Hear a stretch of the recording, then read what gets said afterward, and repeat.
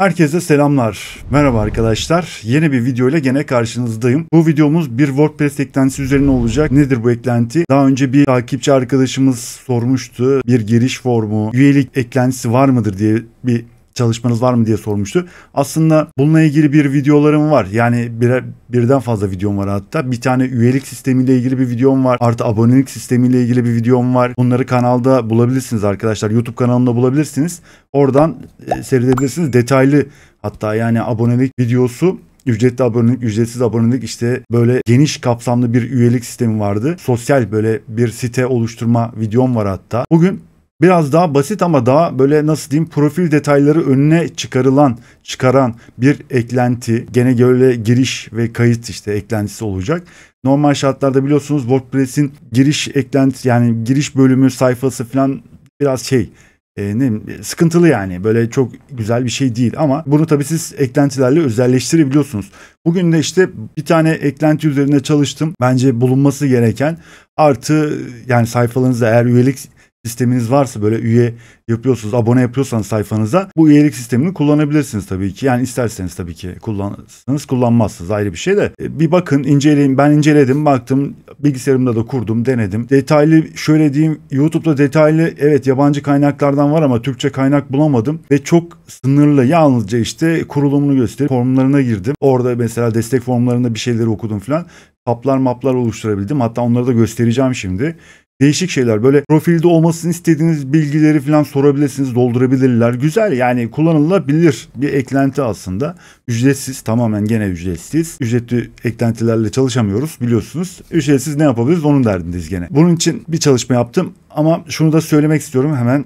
Arkadaşlar, sektör videolarıma gerçekten güzel bir ilgi var. Sizlere çok teşekkür ederim. Zaman ayırıyorsunuz. Vakit ayırıyorsunuz, seyrediyorsunuz, hatta yorum da yazıyorsunuz. Yeri geldiği zaman da sorular da soruyorsunuz. Çok teşekkür ediyorum bu ilgiden dolayı. Sektör videolarım devam edecek. İşte internetimle biraz da alakalı. Bu ay hatta iki ya da 2 tane mi 3 tane sektör videosu hazırladık zaten, yayınladım. Bayağı da bir ilgi var şu an. Umarım bu sektör videolarından bir gelir sağlarsınız arkadaşlar. Sektör videolarımı artık kanalda biliyorsunuz, kanalımda seyredebilirsiniz. Linkini de hatta karta falan da koyarım. Üst herhalde bir yerde bir şeyler yapabilirim. Ayrıyeten de tabii ki benim ve bizim için önemli olan, ülkemiz için önemli olan bir mesele. Cumhuriyetimizin 100. yılı haftasındayız. Az bir süre kaldı, günler kaldı işte. Gönül isterdi ki coşkulu bir şekilde geçsin tabii ki, ama dünyada yaşanılan, çevremizde, komşularımızda yaşanılan sıkıntılar ne yazık ki bize de tabii ki yansıyor. Ama Cumhuriyet'in bekçisiyiz ve her daim peşindeyiz. Cumhuriyetçiyiz tabii ki arkadaşlar. Bu vatanı bizlere bırakan, teslim eden, emanet eden, başta Mustafa Kemal Atatürk ve silah arkadaşlarına, tüm ekip arkadaşlarına, Cumhuriyet'te emeği geçen herkese, kurulmasında emeği geçen herkese minnetimi sunarım. Allah razı olsun. Dualarımız onlarla. Değerini ve kıymetini bilelim arkadaşlar. Cumhuriyetimizin, özgürlüğümüzün, hürriyetimizin kıymetini bilmek lazım. Başka ülke yok. Senelerce yurt dışında yaşadım ben. Yurt dışında yaşamanın ne olduğunu az çok biliyorum diyeyim size. O yüzden de insanın kendi vatanı gibi de yoktur arkadaşlar. Onu söyleyeyim. Nereye giderseniz gidin, dünyanın en güzel yerinde de yaşasanız kendi vatanınız gibi olmaz. Hiçbir zaman olmayacaktı. Eklentiye bir bakalım. Girelim bir sayfada, bir şöyle yaptığım yerde bir bakalım, inceleyelim, böyle yaptığım sayfada bir inceleyelim. Ondan sonra da eklentinin kurulumuna ve ayarlarına falan geçeriz. Bir bakalım nasıl bir şeymiş eklentimiz. Kullanacağımız eklenti bu arkadaşlar. Bu İngilizce sayfası, WordPress sayfası tabii ki. Bakın User VP. Yani bu eklentiyi kullanacağız. Türkçesine geçelim hemen, İngilizcemiz olmadığı için. Ne yapıyoruz? Türkçesine bakalım. WordPress için ön uçtan, yani ön tarafta, ön sayfadan, ana sayfadan, ön sayfadan giriş formu, kullanıcı kaydı, kullanıcı profili ve üye dizini eklentisi demiş. Açıklamalar kısmına bu sayfanın linkini koyacağım. Lütfen girin. WordPress sayfasında dediğim gibi her zaman söylüyorum, bilgiler var. Burada bunları okuyun. Hatta geliştiricinin sayfasına gidin. Abi şunu da söyleyeyim arkadaşlar, premium eklenti, yani ücretli eklentilerle WooCommerce hesaplarını falan mesela bağlayabiliyorsunuz, ama biz normal, eğer e-ticaret sayfanız yoksa normal bir internet sayfanız var, yani web sayfanız var. Burada abonelik sistemi, yani kullanıcı üyelik sistemi falan yapıyorsanız bunu kullanabilirsiniz, ama WooCommerce e-ticaret sayfanız varsa ne yazık ki bağlanmıyor. Yani giriş sayfası, hesap sayfası olmuyor arkadaşlar, öyle bir şey yok. Ücretli satıyorlar onu, öyle diyeyim size. Burada işte ekran görüntülerini falan yayınlamışlar. Sıkça sorulan sorular falan da var. Buradan ulaşabilirsiniz sayfasına. Hatta dokümanlar, demolar, eklentiler falan demiş. Ücretli sattıkları eklentiler. Bakalım şimdi biz yaptığımız, ben lokal host'ta, lokal bilgisayarımda yani yaptığım bir çalışma. Hemen onu göstereceğim. Şu an ama giriş yapmışız. Neyse. Ana sayfada işte menü kısmına aldım. Hesabım, profil işte şöyle bir bakalım hatta. Hesabıma baktığınızda böyle işte ne oluyor? Profil resminiz geliyor. İşte burada bilgilerinizi dolduruyorsunuz. Hatta şöyle diyeyim. İşte Twitter var. Twitter için var. Bilmem ne, Instagram falan. Bunları ekleyebiliyorsunuz. Çeşitli seçenekler, formları koyuyorsunuz. Bunların doldurmasını isterseniz zorunlu ya da zorunsuz. Artık üye olan kişiye kalmış şekilde yapabilirsiniz. Bu tip şeyler var tabii ki. İşte şifre değiştirme, bildirimler, gizlilik, bilmem ne, çıkış. Şimdi şöyle bakalım nasıl gözüküyor, ona bir bakalım bir de. Profil sayfamız bu şekilde gözüküyor arkadaşlar. Bir tane arka tarafta bir background, arka plan resmi, profil resmi var. İşte sekmeler var. Burada işte sosyal medya hesaplarımız var. Web site, işte biyografimiz var.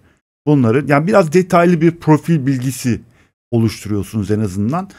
Buradan işte üyelerinizle iletişim kurabilirsiniz. İşte yazıları varsa, eğer paylaştıysa, bir editörse mesela burada sayfada işte paylaşılan yazılarını falan görebilirsiniz. Yorumları varsa eğer, yazılara yapılan yorumlar varsa onları mesela buradan görebiliyor. İşte normal şartlarda eklentiyi 3 tane sekmeyle geliyor, tabla geliyor. Böyle diyeyim, işte hakkında bir yazılarım, üye yorumunu. O hobiler diye ben bir sekme açmışım. Bunu ben kendim yaptım arkadaşlar. Normalde bakın burası önemli. Neden? Bununla ilgili video yok. Yani nasıl bir sekme açılıyor? Baktım, hatta 2-3 tane video seyrettim bu eklentiyle ilgili. Yabancı kaynaklarda yok arkadaşlar. Bu kısma geldiğimizde kaçırmayın. Önemli çünkü. Profilde nasıl içerikler kullanılacak bilmiyorum. O yüzden siz biliyorsanız da mesela ona göre sekmeler açacaksanız bu önemli bir konu çünkü. Sekmeyi açmanız.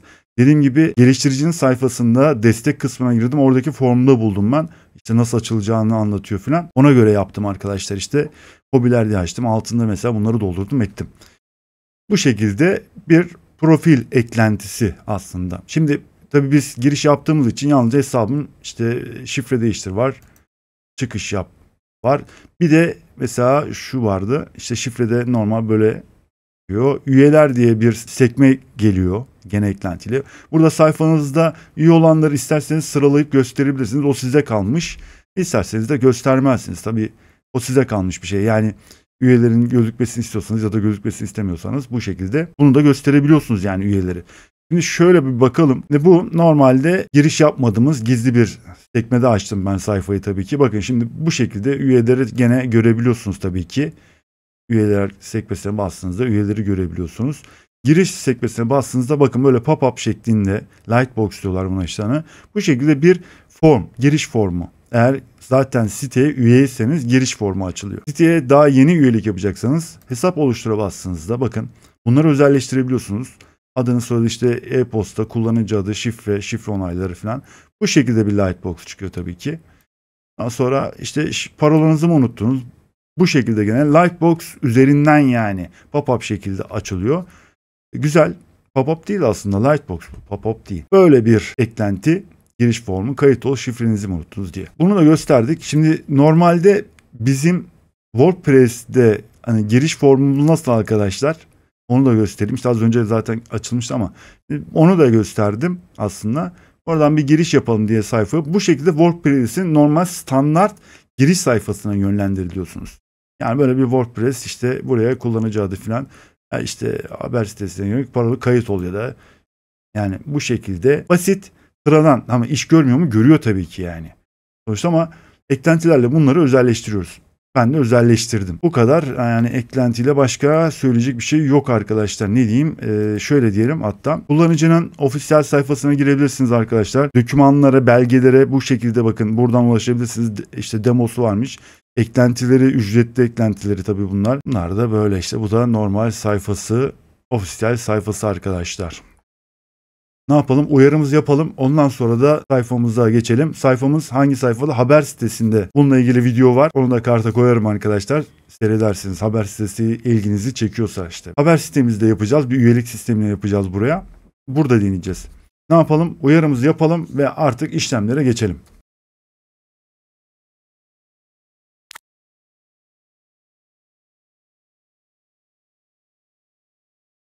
Haber sitemizin kontrol paneline geldik arkadaşlar. Arka planda kontrol panelindeyiz. İşte haber sitemiz burası, biliyorsunuz. İnternette bu şu an. İnternet, lokal host'ta çalışmıyorum arkadaşlar. Yani internetteki sayfamızı haber sitemize kuracağım. Eski girişi buraya örnek olarak göstermiştim. Bunu da kaldıracağız zaten. Şimdi kontrol panelimize geldik. Ne yapıyoruz? Eklentiyi bir kuralım. Kuralım, sonra da bir etkinleştirelim, aktifleştirelim arkadaşlar. Yeni ekle diyoruz. Eklentiler buraya User VP, evet, seçelim. Yani buraya User VP yazın. Bu çıkar zaten. En baştaki zaten 10.000 üstünde etkin kurulum var. 145 tane de oy almış hatta. 4.5 yıldız. Şimdi kuralım ve etkinleştirelim. Eklentiyle birlikte şu da var. CAPTCHA'da mesela kurabilirsiniz ya da sosyal login dedik bir eklentisi var. Bunları da seçenek olarak veriyor. Ücretsiz ama ben bunlara baktım arkadaşlar, güncel değil. Daha güncellenmemiş. Bakın zaten WordPress sürümümüzde test edilmemiş yani daha. Bunlar da eğer güncellendikten sonra evet kurulabilir. CAPTCHA'yı kullanın arkadaşlar. Sosyal login bilmiyorum, hani eklentinin nasıl bir sosyal login girişi var. Bu da denenebilir tabii ki. Bu da güncel olmadığı için bunu da kurmadım. Kanalımızda sosyal giriş videosu var arkadaşlar. Sosyal girişlerle işte sayfaya nasıl girilir falan işte. Bununla ilgili bir videom var, anlattığım. Onu da seyredebilirsiniz. Karta koyacağım arkadaşlar. Oradan seyredebilirsiniz. Ne yaptık? Eklentiyi kuralım ve etkinleştirelim. Eklenti kuruldu. Etkinleştirdik. Şimdi bizi direkt böyle bir ufak kurulum sihirbazı gibi bir şeyle karşılıyor işte.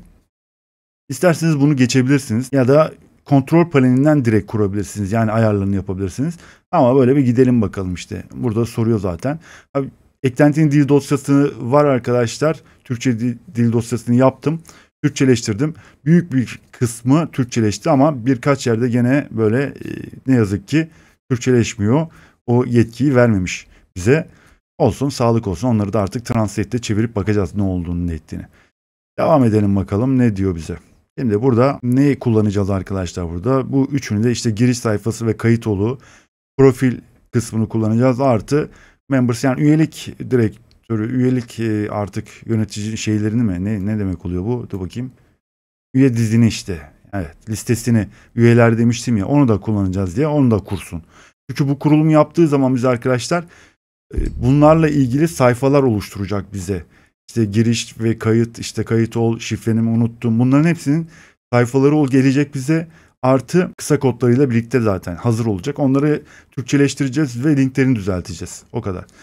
Bunları soruyor. Tamam, üçünü de istiyoruz. İşte menü nerede işte kullanılsın diye demiş. Otur menü olsun bakalım. Ya biz kendimiz seçeceğiz onu. Gerek yok. Burada da işte kullanıcılar oluştursun mu? Hani hikaye kullanıcılar hatta, değil mi? Tahminimce. Bakayım şöyle. Test için sahte kullanıcılar, tüm sahte kullanıcılar için şifre demiş hatta. Böyle bir şifre de vermiş. Buna da gerek yok. Geçelim. Şunlar tamam. Devam. Burada dediğim gibi eklentiyi kurmadan önce bu eklentileri kurulsun mu istiyor? Yok. Biz kurmak istemiyoruz arkadaşlar. Güncel değil bunlar çünkü. Devam diyelim. Tamam mı? Tamammış. Bitmiş. Oldu. Okey. Hemen tamamdır. Kontrol paneline gel. Eklenti kuruldu. Kurulum sihirbazını da hallettik. Şimdi sol tarafta bu şekilde geliyor zaten. Bir sekme geliyor bakın, kullanıcı. Şimdi ben bunu şöyle bir bakalım, hatta bakın hepsi İngilizce. Şöyle bir geçelim. Bakın böyle hepsi İngilizce arkadaşlar.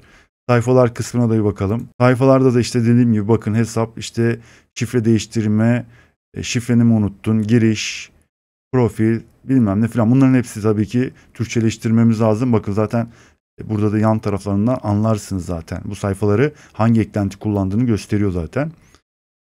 Bunları ben ne yapıyorum? Loco sayesinde, Loco'yla biliyorsunuz Türkçe dil dosyalarını ekliyoruz, çıkarıyoruz, düzeltmelerini yapıyoruz falan. Onunla ilgili de videom var arkadaşlar. Onu da seyredebilirsiniz. Karta koyacağım. Oradan seyredin arkadaşlar. Yukarılarda bir yerlerde, sağda solda işte neredeyse. Onları yapayım. Ondan sonra kaldığımız yerden devam edelim arkadaşlar. Eklentinin dil dosyasını yükledim. Türkçe dil dosyasını yükledim. Bakın bu şekilde Türkçeleşti. Bunları tabii ki bunlar sayfalarla bağlantılı. Bakın sayfayı düzenle, sayfaya bak demiş falan ya. Bunları biz sayfa üzerinden düzelteceğiz arkadaşlar, isimlerini. Linklerini de düzelteceğiz. Öyle diyeyim size. Önce şöyle bir eklentinin menüdeki sekmelerine bir bakalım arkadaşlar. İşte kullanıcılar demiş, yani User VP. Buradan işte kayıt ol. Bakın bir sürü şey var hatta burada. Giriş ve değişikliği, profil falan hepsini gösteriyor mesela. Profil ayarları, normal varsayılan hesap. Yani aslında arka tarafta bayağı böyle nasıl diyeyim özelleştirme imkanınız var eklentinin. Yani sıradan basit bir böyle üyelik sayfası, kayıt sayfası, giriş sayfası değil bir yerde. Ama hani ücretsiz sürümünü böyle bak ücretli de Allah bilir neler yapılır da bununla bile mesela dediğim gibi farklı şeyler yapabilirsiniz böyle profil sayfasıyla alakalı. Yönlendirmelere bakalım. Bakın burada işte kayıt olduktan sonra nereye, hatta işte burada şeyi de yapabilirsiniz. Abonelerin mesela şeyleri görmesini engelleyebilirsiniz. Bu admin panelini görmesini engelleyebilirsiniz arkadaşlar mesela. Böyle bir şey var. Bakın editör mesela işte şeyi görmesin. Admin tarafını görmesin. Bunu seçerseniz mesela ön uçta yönetici alanını gizliyor arkadaşlar kontrol panelinde. Gizler yani. Onun gibi şeyler var. O özellikler falan da var yani. E-posta bilgilendirmeleri falan var. Mesela dışa aktarma, eklentiler. Yani bunları mesela kurcalayıp deneyin bakın. Ben genel olarak bir şeylerini göstereceğim. Form şeklini göstereceğim zaten de. Kaldır bakalım. Burada komple silebilirsiniz. Form oluşturucuya bir bakalım. İşte burası aslında önemli olan kısım bu. Neden önemli olan kısım bu? Arkadaşlar burada formun şeklini değiştirebiliyoruz. Değiştirebiliyoruz derken nelerin gözükmesini istiyoruz formda ya da profil sayfamızda nelerin gözükmesini istiyoruz falan onları ayarlayabiliyoruz arkadaşlar. O önemli. Bakın kayıt ol sekmesinde işte ne var? Kayıt formunda görünecek alanlar demiş. Geçtik. Profil sekmeleri işte normal şartlarda dediğim gibi 2 3 1 2 kullanıcı yorumları, yorumlar yaptı. Şu var. Üyenin yaptığı yorumlar var. Artık kullanıcı yorumları işte üyenin paylaşmış olduğu işte içeriklere yapılan yorumları da bir sekme olarak gösterebiliyorsunuz. Yani 4 tane sekme aslında. 4 sekme var. Ekstra sekmeyi nasıl yapacağız? Onu işte göstereceğim size. Kullanıcı sıralaması da bu üyeler listesi dediğimiz kısım arkadaşlar. Nasıl sıralanmasını istiyorsunuz bilmem ne falan onu gösteriyor. Araçlarda sütun numaralarını temizleyin demiş. Kullanıcı verilerini düzeltme. Metin çevirisi demiş. Kukla kullanıcılar. Test için kukla kullanıcılar. Enteresan bir şey. Duruma bakalım neymiş, durum neymiş. Orada sayfamızın hosting bilgileri diyeyim size. Ve versiyon 0. Ne tema? Temada arkadaşlar bu haber teması evet şu an ücretsiz bir temayı göstermiştik. Geliştirici şöyle bir şey yapmış. Update güncellerseniz yani güncellemeyi ücretli olarak yapıyor.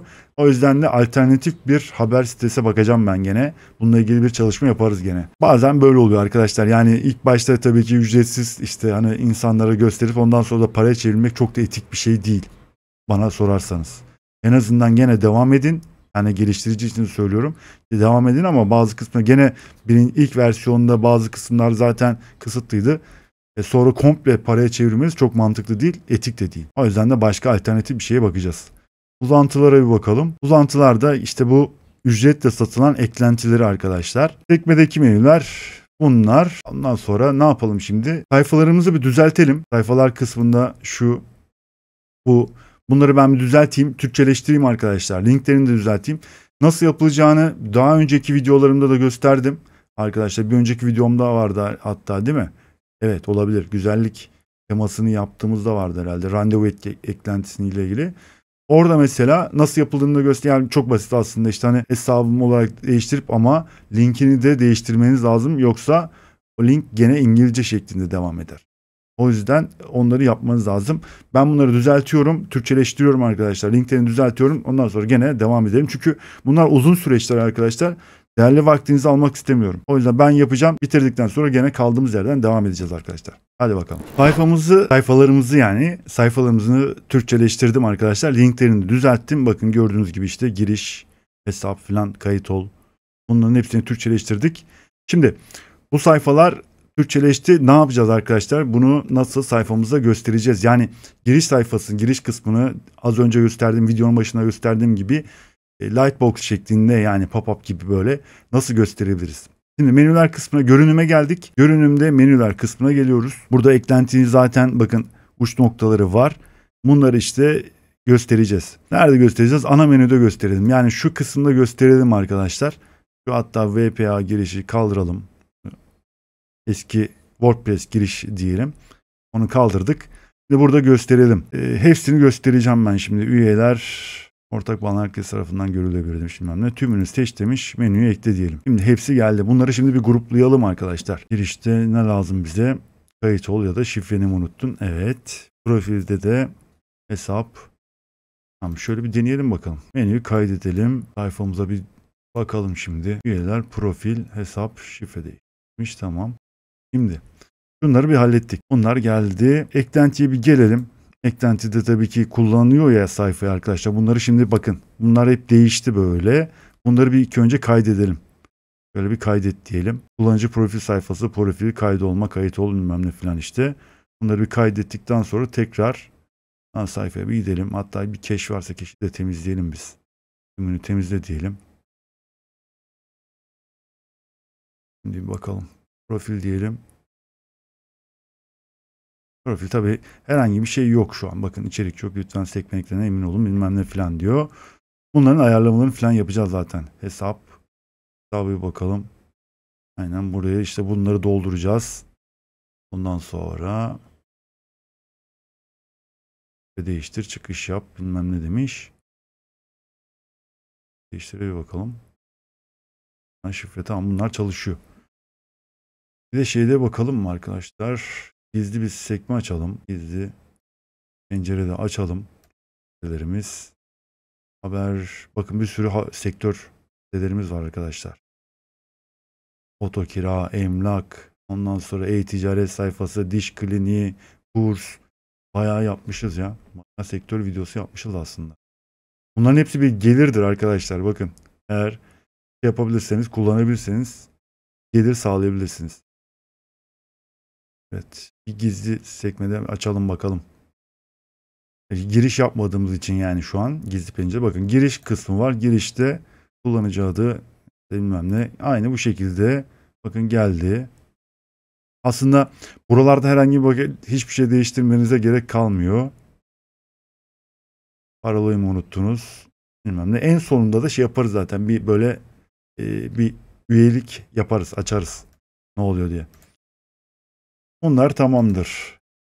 Şimdi de ayarlarımıza, yani eklentinin ayarlarına geçelim arkadaşlar. Bir ayarları yapalım. Ondan sonra da profilimizi düzenleyelim. Bir bakalım. Profili bir bakalım. Sayfalar burayı hallettik. Kayıt ol kısmına geçelim. Aynı bu şekilde bastığınız zaman Lightbox, yani şuralara bastığınız zaman Lightbox şeklinde açılıyor arkadaşlar. Sayfa olarak değil ama Lightbox şeklinde açılıyor. Demin yaptığımız gibi. Lightbox formları şu an bir tane form kullanıyor zaten. Default olarak gelen formu kullanıyor. İsterseniz siz kendi formunuzu da oluşturabilirsiniz. Ama gene aynı formu kullanacaksınız. Yalnızca ismi değişmiş olacak. Minimum parola gücü. Bakın burada mesela parola gücünüzü mesela medium yaparsak, medium diye seçelim.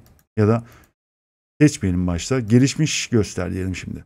Burada diyor ki bakın şu sekme önemli. Gelişmiş gizli, gelişmiş. Ben bunu geliştirici yani bu şekilde aslında küçültmüş. Sayfaları böyle hani ayar kısımlarını küçültmüş ama önemli olan tabii bunları görmeniz lazım yani. Kullanıcı adı minimum uzunluk 4, minimum şifre sınırı 8 karakter. Kullanıcı forma girmesi gereken minimum şifre limiti 8, maksimum da 15 demiş mesela.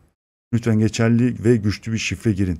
Yani 8'in altında falan çıkar yazarsa mesela 7, 5, 4 falan. Şunu da söyleyeyim arkadaşlar. Evet 8 karakter bence eskiden mesela hani 4 falan yapıyorduk ama yani 4 karakter ben geçen hafta bir hafta 10 gündür özellikle acayip bir sosyal medyalarıma, hesaplarıma, e-postalarıma acayip bir şekilde saldırı var. Onlarla uğraştım öyle diyeyim size. Ve hepsinin de artık çift faktörlü güvenlik sistemi koydum, bilmem ne koydum, bilmem ne yapmam gerekeni aslında en başta yapmam gereken işlemleri sonra yaptık ama bayağı bir uğraştırdım. Hatta hesabım, bir tane sosyal medya hesabım bile blokelendi. Onu bile aldım ama bir hafta 10 gün uğraştım. Güvenlik önemli. Kayıt ol da burada değiştirebilirsiniz. Giriş sayfasına bakalım. Giriş ayarları genel Lightbox üzerinde yönlendirmesi etkin. Son kullan. Buralarda böyle çok fazla bir şey ayarlarda falan oynamadım arkadaşlar. Açıkçası ben oynamadım. Size kalmış. Yani bu ayarları deneyip bakabilirsiniz. Ama varsayılan ayarlarla kullanabiliyorsunuz. Öyle diyeyim size. Başka burada herhangi bir şey yok. Şifre değiştir kısmı böyle. Tamam. Profile bir bakalım. Şurada profilde mesela arkadaşlar şöyle bakın, profile geldiğinizde buraya hiçbir şey eklenmediği zaman, yüklemediği zaman mesela üye, siz normal bir sayfanın varsayılan bir şeyini yükletebilirsiniz. Yükler mesela, gösterir. Profil resmini oraya mesela farklı bir şey gösterebilirsiniz. Öyle diyeyim yani, onun gibi bir özellik, onun özelliği. Kullanıcılara bakalım. Izgara görünümü. İşte bu da üyeler dediğimiz kısım. Şimdi şu şey var bir de arkadaşlar, bakın şu sidebar kullanıyoruz. Bunları mesela sidebar kullanmak istemiyorsanız sayfalardan bunu kaldırabilirsiniz. Yani bu sayfanın mesela üyeler sayfasının örnek olarak sayfalara giriyorsunuz. Hemen 2 dakikada mesela şey yapalım. Üyeler demiş mesela sayfası var. Hemen buraya girdik. Bakın altta temayla, bu temayla alakalı bir şey. Burada ben sidebar istemiyorum. Bu şekilde ya da daha geniş seçenek istiyorsunuz. Full. Ben bunu kullanacağım ama. Bunu seçin, güncelleyin. Mesela haber sitesinde yapacaksanız bunu ya da siz kendi temanızda ona göre sidebar'ı işte göster ya da gösterme yapacaksınız ki bu sefer şu olay olmasın. Yani sıkışıklık olmasın. Ama burada gözükmesini istiyorsanız, çünkü profilde mesela tamam, burada mesela üyeler kısmında iyi ama profilde bakın darlaşıyor, hatta öyle diyeyim size. Bakın burada ovalliği görüyor musunuz? Yani çok böyle şey değil. Göze hoş gelmiyor. Hatta profil değil mi bu profil? Profil sayfasını da yapayım ben. Düzelteyim onu. Düzenle diyelim. Bunda sidebar istemiyorum. Bu şekilde full olsun. Şimdi bir yenileyelim. Bu şekilde full olsun arkadaşlar. Böyle olsun. Tamam, onu da gösterdikten sonra tekrar geldik. Ayarlarımızda, eklentinin ayarlarında profil, kullanıcılar. Profile baktık. Kullanıcılar. Bakın profilde de gene gelişmiş göster diyor. Burada resim büyüklüğünü, genişliğini falan işte bunları falan yapabilirsiniz, gösterebilirsiniz. Bakın burada mesela bayağı gelişmiş, yani seçebileceğiniz şeyler var. Dename, meta başlık. Bunlar kullanılan shortcut'lar aslında. Geotaklar demiş. Etiketleri, pardon, etiketler. Kullanıcılara bir bakalım. Hiçbir şey göstergen neymiş? Öğe sayısı 10 tane demiş. Hesap silmeyi devre. İsterseniz de bu seçeneği seçerseniz arkadaşlar, üyeniz sayfanızdan çıkmak istediğinde tüm işte hesabı silip çıkabilir. Yazar kutusu demiş. Bunu da gösterelim. Bakalım. Evet, bakın burada buraları dolanırken özellikle bu gelişmişi göster kısmına gelin. Çünkü burada mesela bunlar dil dosyalarında bazı kısımlar yok. Bunları sizin mesela Türkçeleştirmeniz lazım. Öyle diyeyim. Mesela şu author dedi, yani yazar kısmı arkadaşlar. Nerede mesela sekmede göstermemiz lazım gerçi ama bazılarında mesela burada şey gösterebilir. İngilizce gösterebilir. Şimdi Türkçe dil dosyası olduğu için yazılar demiş admin. Şimdi sekmeleri yaptıktan sonra görebiliriz gerçi onu da. Bakacağız. Buralardan mesela değiştirebiliriz. Bakın author, yani şu kısım Türkçeleşecek. Burada da olması lazım herhalde. Burada da var bakın. Var. Bu da ne mesela? Yazı arkadaşlar konu içeriğinde mesela bir tane konu böyle şu. Bunun alt tarafında arkadaşlar bakın author diyor mesela. Gördünüz mü? Şu kısım Türkçeleşecek. Yani bu yazar diyelim buna. Buna da yazar diyelim. Ya da editör diyeyim, ne bileyim. Yazar. Kaydet diyelim. Böyle sayfayı bir daha yenile diyelim. Diyelim.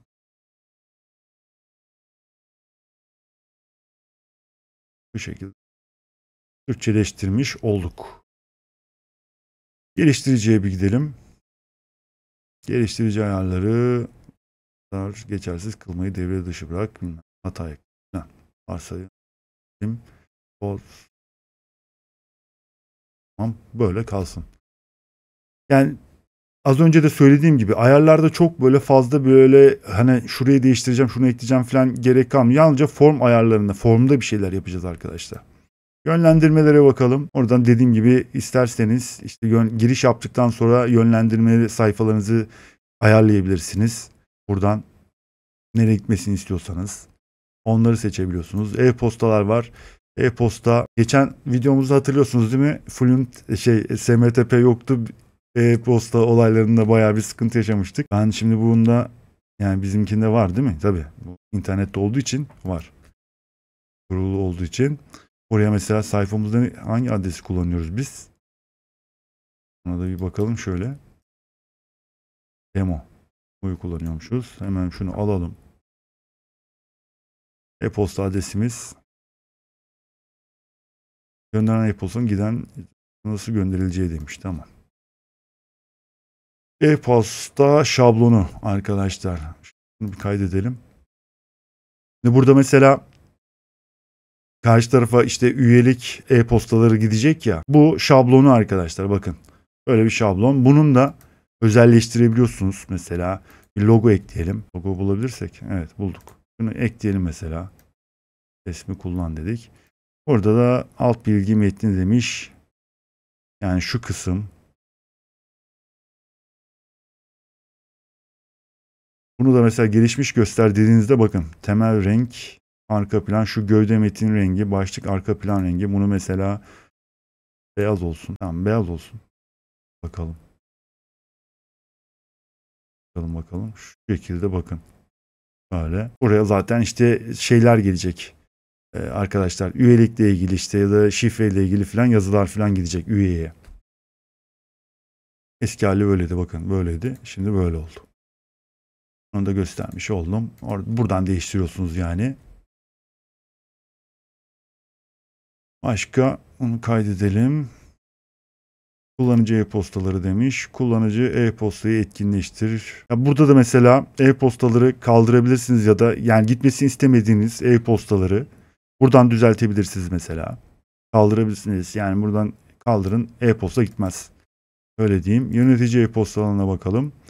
E-postayı etkinliği bu yeni kullanıcı kaydolduğunda WordPress tarafından gönderilen e-postanın yerini alacaktır demiş. Yeni hesap kaydı, hesap silme bilmem ne demiş. Tamam. İçe dışa aktar demiş. Buradan gene CSV dışa aktar dosyası olarak dışa aktarabiliyorsunuz. Hatta üyelerinizi içe aktarma da var bunda CSV işte dosya tipiyle. Eklentiler, kullanıcı ve eklentileri yani bu ücretli olan kısım. Bu da kaldır dediğimiz kısım. Yani komple kaldırıyor. Form oluşturucuya dönelim şimdi. Evet çalıştığımız yer burası. Burada çalışacağız. Bunları zaten baktık. Şimdi form. Şu kısım arkadaşlar ad soyad dedi. Hatta şimdi şeye de bir taraftan da şöyle yapalım. Hesabımızı dolduralım. Daha iyi olur hem gözükmesi için. Ad soyad işte kullanıcı ismi bakın admin demiş. Bunu mesela ekran adı. Bunu değiştirelim. Ramo demişim ben. İsim Ramazan. Soyadı Boz. Tamam adresimiz gene kalsın. Buraya bir otobiyografi şey yazalım arkadaşlar. Biyografimize bunu yazdım. Tamam. Bilgileri güncelle diyelim. Tamamdır. Şimdi geldik şuraya. Burada da arka plan resmini değiştireceğim. Bir de profil resmi ekleyeceğim. Hemen bir banner ekleyelim. Arka plan demiş. Tamam bunu ekleyelim. Uygula.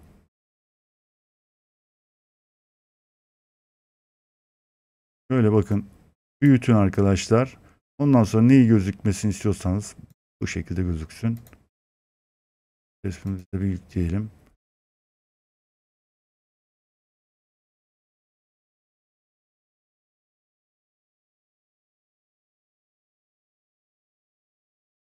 Bunlar geldi. Tamamdır. Profil sekmemiz de geldi. Şimdi hesabı düzenle diyelim. Var mı? Burada bir şey yapacak. İş. Birimler. Gizli kullanıcı listeleme sayfasına profili gizle. Bunu seçer mesela seçebilir arkadaşlar. Burada üyeler sekmesinde mesela kendisini göstermezsiniz. Yani kendini göstermez arkadaşlar. Bu şekilde. 3 tane abonemiz var. Üyemiz varmış zaten. Bakın bu şekilde mesela buradan isterseniz kendinizi kaldırırsınız. Öyle diyeyim. Burada sekme yok. Yani bu sekmeler nereden yapılacak? Aslında önemli soru o. Burada baktık şimdi ne var? Şifre mifre, kullanıcı adı. Tamam, bunları yaptık. Ondan sonra kayıt ol'da bir bakalım. Kayıt ol'da bu şekilde zaten. Kullanıcı ismi, e-posta falan. Sekme kısmı burası arkadaşlar. Bakın, profil sekmeleri demiş. Burada profil sekmelerinde bakın hiç gösterilecek bir şey yok demiş. Buraya şuna üstüne tıkladığınızda direkt otomatikman gelir zaten arkadaşlar, bakın.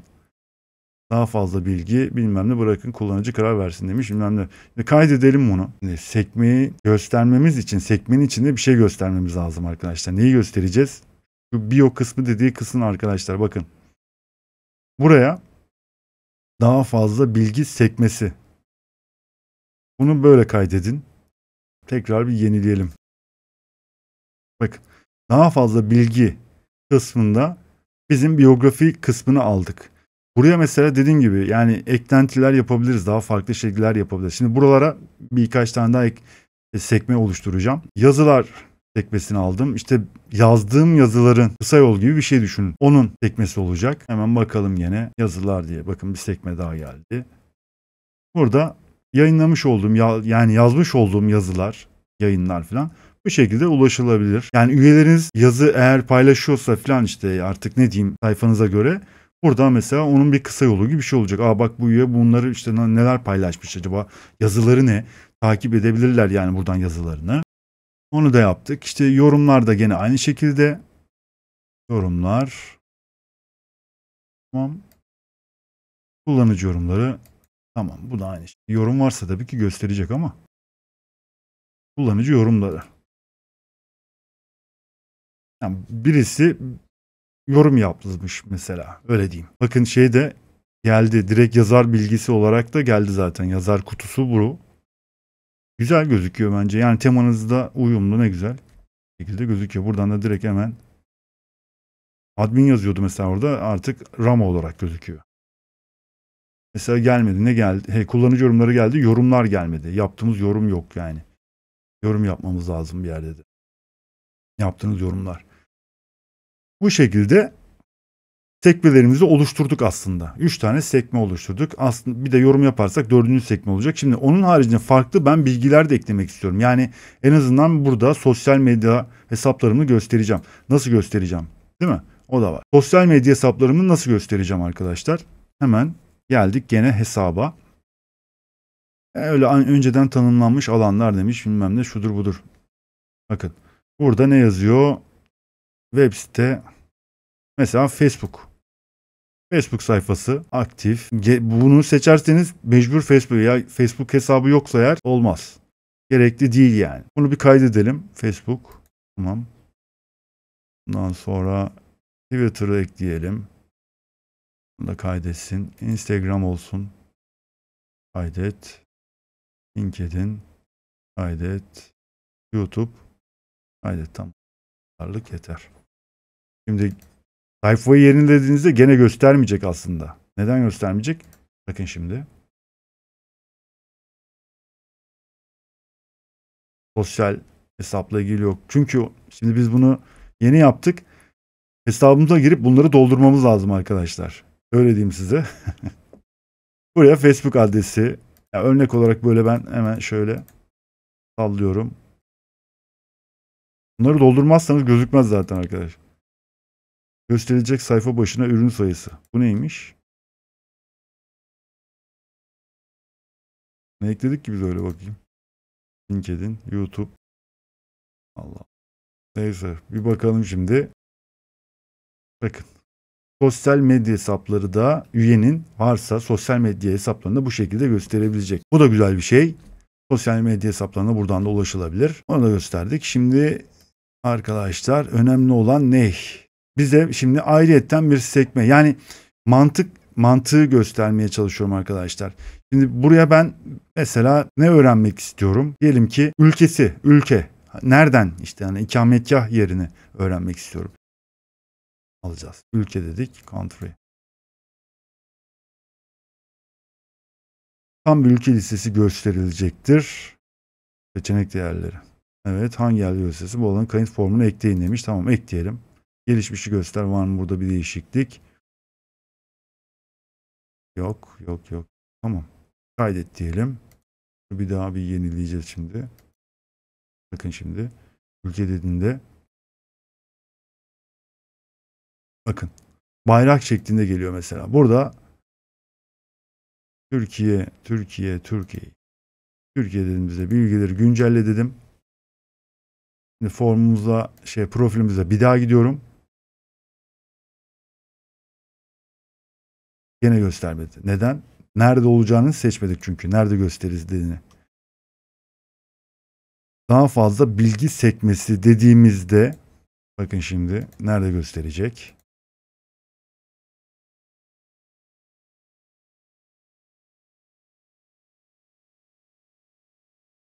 Ülke Türkiye. Daha fazla bilgi sekmesi dediğinizde burada gösterir arkadaşlar. Bunu ya da bunun gibi mesela farklı bilgileri başka sekmede, yani şurada bir tane sekme oluşturup detay ne bilmiyorum ne yazabiliriz onun başlığına da farklı yerde de gösterebiliriz. Bu alanın kayıt formunu ekleyin demiş mesela. Bir bakalım bir dakika, kayıt formuna bunu bir yenileyelim. Kayıt ol kısmına bir bakalım.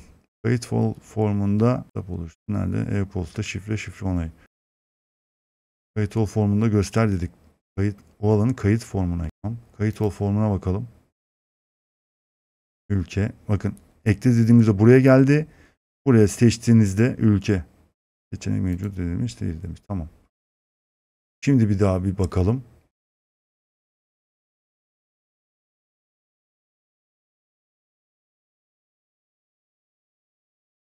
Kayıt ola bir bakalım. Bakın. Burada ülkeyi seçme imkanımız var. Yani mantığı dediğim gibi ne istiyorsanız kayıt formunda hangi bilgileri almak istiyorsanız mesela bu şekilde yapabilirsiniz icabında. Ülke olabilir bu ama kayıt formunda yaparken genellikle bilgi alın. Sonradan çünkü profilleri doldurmak falan çok fazla insanlar uğraşmıyor neredeyse. Öyle diyeyim. Ülkeyi seçtik. Doğum tarihi, ondan sonra mobil telefon. Şimdi yeni bir sekme lazım. Yeni sekmeyi nasıl yapacağız şimdi? Şimdi burada dediğim gibi 4 tane sekme var. Bize bir tane daha sekme lazım. Şimdi bize bir sekme lazım ama bu sekmenin başlığı ne olsun arkadaşlar tabii ki. Ben hobi olarak yapmıştım. Gene bir hobi sekmesi gibi şey yapacağım.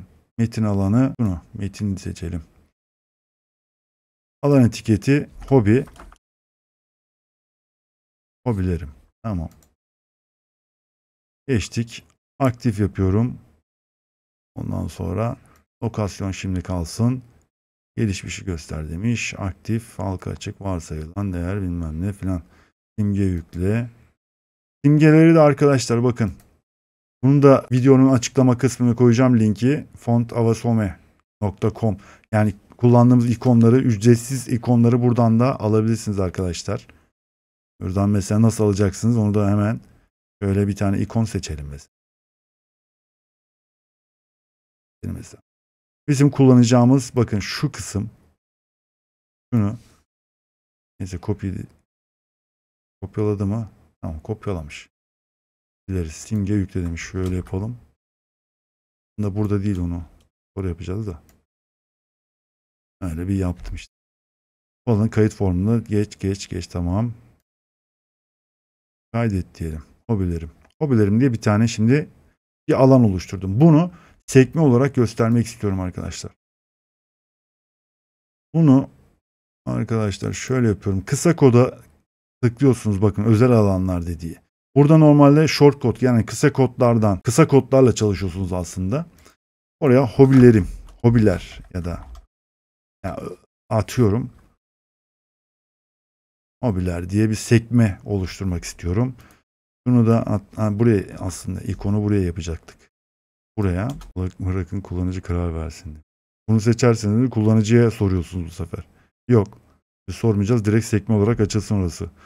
Kısa kodu buraya ekleyin diyor. Şimdi o sekmeyi yapmamız için bir kısa kod kullanmamız gerekiyor. Buraya bastığınızda 4 tane kare kod gibi bir şey var bakın. Burada diyor kısa kodu seçin arkadaşlar. Bakın bu eklentinin hani kullandığı kısa kodlar falan. Burada mesela seçeceğiniz kısım şu. Mesela diyorum. Use meta. Bunu seçmeniz lazım. Anahtar seçin dediği kısma da en sonunda oluşturduğumuz vardı ya arkadaşlar, işte hobilerin diye. Bunu sekme yapacak şimdi bize. Bunu yükle diyoruz. Kaydet diyelim. Tamam. Şimdi böyle bir kısa kod sekmesi. Yani bu niye kısa kod? İsmini değiştirelim. Hobi. Ya da hobi diyelim ya. Hobi mi diyelim? Hobi diyelim. Hobi. Tamam. Kaydettik. Şimdi gene bakacağız. Buraya. Hobilerle ilgili. Bakın hobilerle ilgili bir şey. Hani bir bölüm geliyor. Bunu dolduracağız. Bilgilerimi güncelle diyelim. Bunu da yapalım. Şimdi sekme var mı? Geldim gittim mi bakalım. Bakın. Hobi diye bir sekme geldi. Görüyor musunuz? Bir sekme oluşturduk. Bastığınızda eğer üye doldurduysa hobilerini burada gözükür.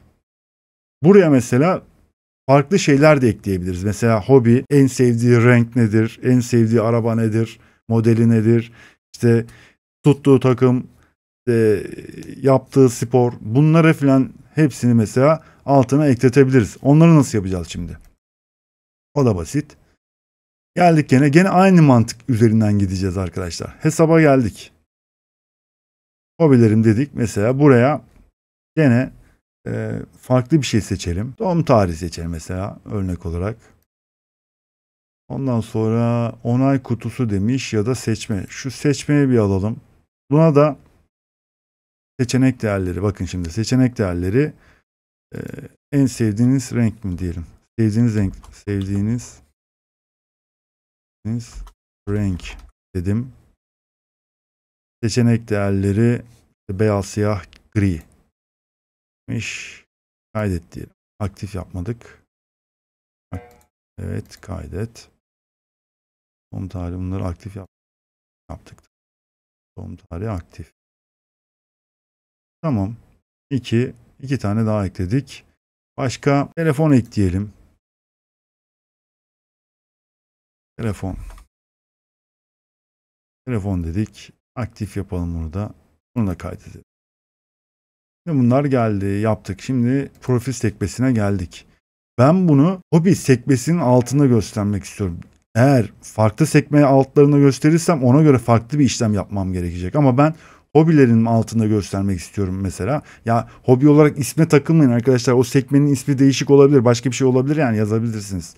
Detaylı profil olabilir. Detay olabilir. Ne bileyim işte açıklama olabilir. O bu. Farklı bir şey olabilir. Şimdi hobi kısmına tekrar geldim arkadaşlar. Burada normalde bakın kullandığım MetaKey hobilerim diye geçiyordu. Şimdi buraya diğer eklediğim bölümlerin MetaKey'lerini almam lazım. Onun için de geliyorum. Yine aynı şekilde MetaKey'e bakın Meta'ya geldim. Burada anahtar seçimi yapacağım şimdi. Mesela doğum tarihi. Stop demiş. Bunu bakın copy shortcode diyorsunuz. Insert yaparsanız eğer şunu insert shortcode derseniz şunu siler buraya onu ekler. O yüzden copy dedikten sonra bakın bunu yapacaksınız. Bu. Ondan sonra geldik gene aynı şekilde. Heh, tamam. Sevdiğiniz renk. Copy aldık. Yapıştırdık arkadaşlar. Bir daha geldik. Gene aynı şekilde profil geldik. Meta telefon. Gene copy. Onu da buraya yapıştırdık. Onu kaydettik.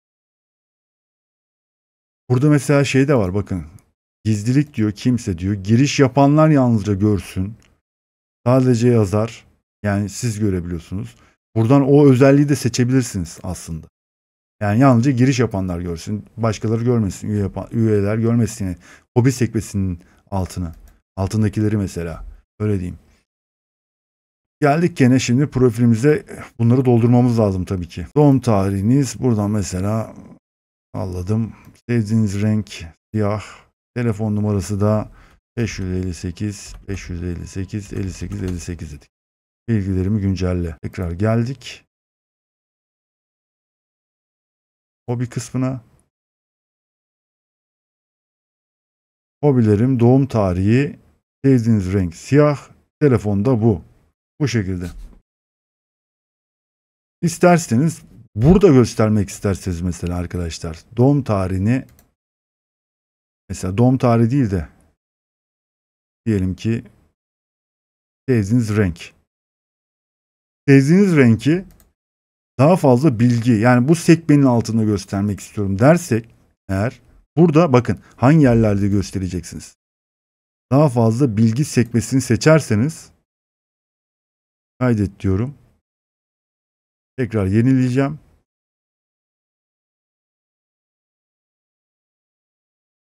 Bakın sevdiğiniz renk siyah. Burada gösteriyor. Yani burada da göstermiş oluyorsunuz arkadaşlar. Demek istediğim o. Yani burada da hangi sekmede göstermek istiyorsanız bu şekilde.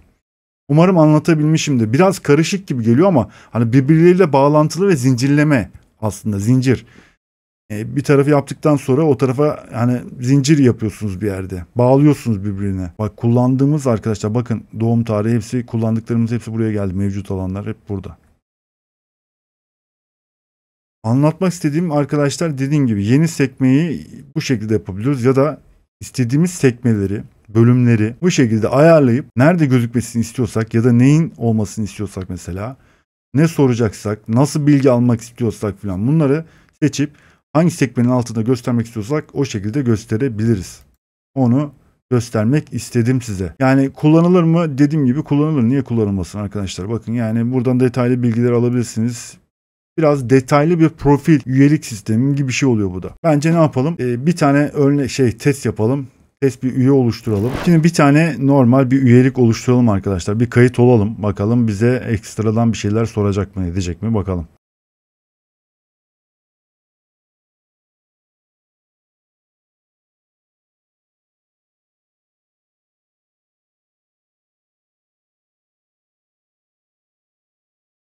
Yönlendiriliyorsunuz. Yönlendirildik. Profilimize bir gidelim. Abuzer Bollukçalar. Hobi yok. Daha fazla bilgi yok. Yani burada tabii ki profil sayfanıza gireceksiniz. Burada işte şeyleri düzelteceksiniz. Yani ekleyeceksiniz, öyle diyeyim. Ben bir yorum yapacağım. Ha, yorum yapalım hatta. Yazar yorumlar. Teşekkürler.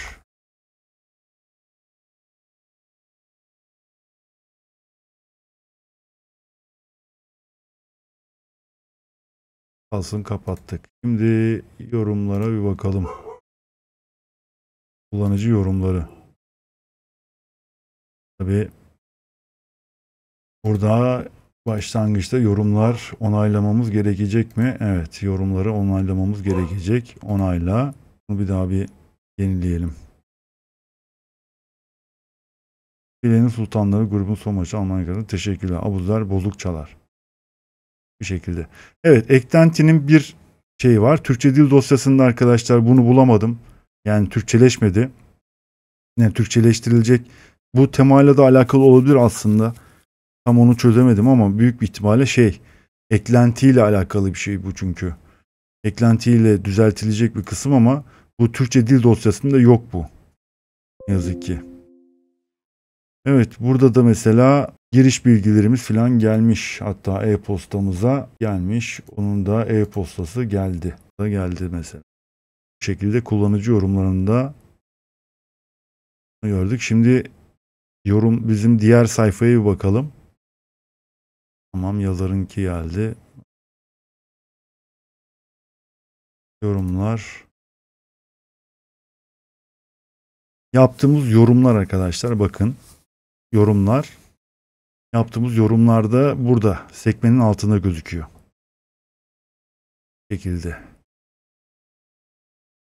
Kullanıcı yorumları bize yapılan, yani bu profile yapılan kullanıcı yorumları işte başkaları tarafından yapılan kullanıcı yorumları olarak geliyor. Biz bir yorum yapalım diyeceğim ama şimdi birisinin de yapması lazım hatta. Hatta şöyle yapalım o zaman. Bir dakika. Filenin Sultanları gidelim. Cevapla dersek acaba yorumlar kısmında gözükür mü? Cevapla. Ben teşekkür ederim. Yorum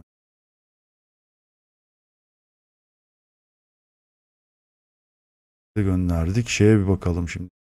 Bizim sekmede ne gösterecek profil sekmesinde? Evet, kullanıcı yorumları yorumlar sekmesine geldi. Yaptığımız yorumda gözüküyor demek ki. Tamamdır. Arkadaşlar, eklenti aslında yani ben normalde çok kısa sürer diye düşünüyordum ama fazla detaya mı indik, ne yaptık anlamadım. Bayağı 1 saatin üzerinde video oldu gene. Baktığınız zaman neredeyse sektör videosu gibi bir şey oldu bu da. Sayfanızda, sitenizde böyle bir eklenti kullanabilirsiniz. Bir giriş eklentisi, yani WordPress'in normaldeki giriş, yani kayıt formunu, giriş formunu kullanmak istemiyorsanız bu eklentiyi kullanabilirsiniz. Profil sayfasını da böyle özelleştirebilirsiniz. Karşı taraftan üyeden hangi bilgileri almak istiyorsanız bu şekilde sorabilir, yani yazabilir, profilinde gösterebilir. Kullanılabilir. Ücretsiz sürümüyle iş görür mü? Görür tabii ki. Dediğim gibi bir hatasını çıkardım, buldum. O da bazı kısımlarda ne yazık ki İngilizce olarak göstermesi, Türkçe olarak göstermiyor. Türkçe dil dosyasında da bu yok. Değiştiremedim çünkü onu. Tavsiyem nedir? Daha iyisini bulana kadar bu kullanılabilir. Farklı bir eklenti bulursak bunu değiştirebiliriz tabii ki. Neden olmasın? Ücretsiz, kullanılabilir, basit. Olayı çözdüğünüz zaman işte o sekme olayını, bakın sekme olayı önemli. Dediğim gibi ben diğer video, yani başka kaynaklarda bu şekilde sekme nereden açıldı, yapıldığını göstermediler. Bunu ben kendi artık denemelerimle buldum, ettim, yaptım. Bu şekilde sekmeler de açabilirsiniz. Farklı farklı sekmeler, altında da ne göstermek istiyorsanız onu gösterirsiniz. Buraya kadar seyrettiyseniz teşekkür ederim arkadaşlar. Bir sonraki videoda, yani böyle ben fırsat buldukça artık güne takılmak istemiyorum. Elimden geldiğince boş vakitlerinde böyle eklenti olsun, sektör videosu olsun, tema olsun, neyse artık bu eklentiler üzerinde çalışıp videoları artık hafta içerisinde belli bir gün yapmayacağım arkadaşlar. O yüzden de sizden ricam, eğer abone değilseniz lütfen abone olun ve bildirim zilini açın arkadaşlar. Takip etmek istiyorsanız konuları. Çünkü bildirim zilini açarsanız ben video yayınladığım zaman da direkt olarak YouTube ana sayfanıza düşecek ve haberiniz olacak. Kaçırmayacaksınız böylece. O yüzden de bildirim zilini açmayı unutmayın bence. Açın. Sırada tabii ki bizim patronla havlıyor dışarıda. Sabah erken kalktık. Erken bayağıdır uğraşıyoruz, çalışıyoruz çünkü. Evet, teşekkür ettim. Cumhuriyetimizin 100. yılı da kutlu olsun arkadaşlar. Gönül isterdi ki keşke böyle kendi prodüksiyonumla bir 100. yıl çalışması yapayım. Ama işte imkanlarımız tabii ki kısıtlı. Ben de çeşitli firmaların, kurumların vermiş olduğu, hatta şu an seyrediyorsunuz değil mi arkadaşlar? Evet, seyrediyor, yani şu an yayında. Ekranda görüyorsunuz çeşitli kurumların yapmış olduğu çalışmaları burada paylaşıyorum bir yerde. Nice yüzyıllara inşallah diyelim. Bir sonraki videoda görüşmek üzere. Kendinize iyi bakın. Hoşça kalın arkadaşlar.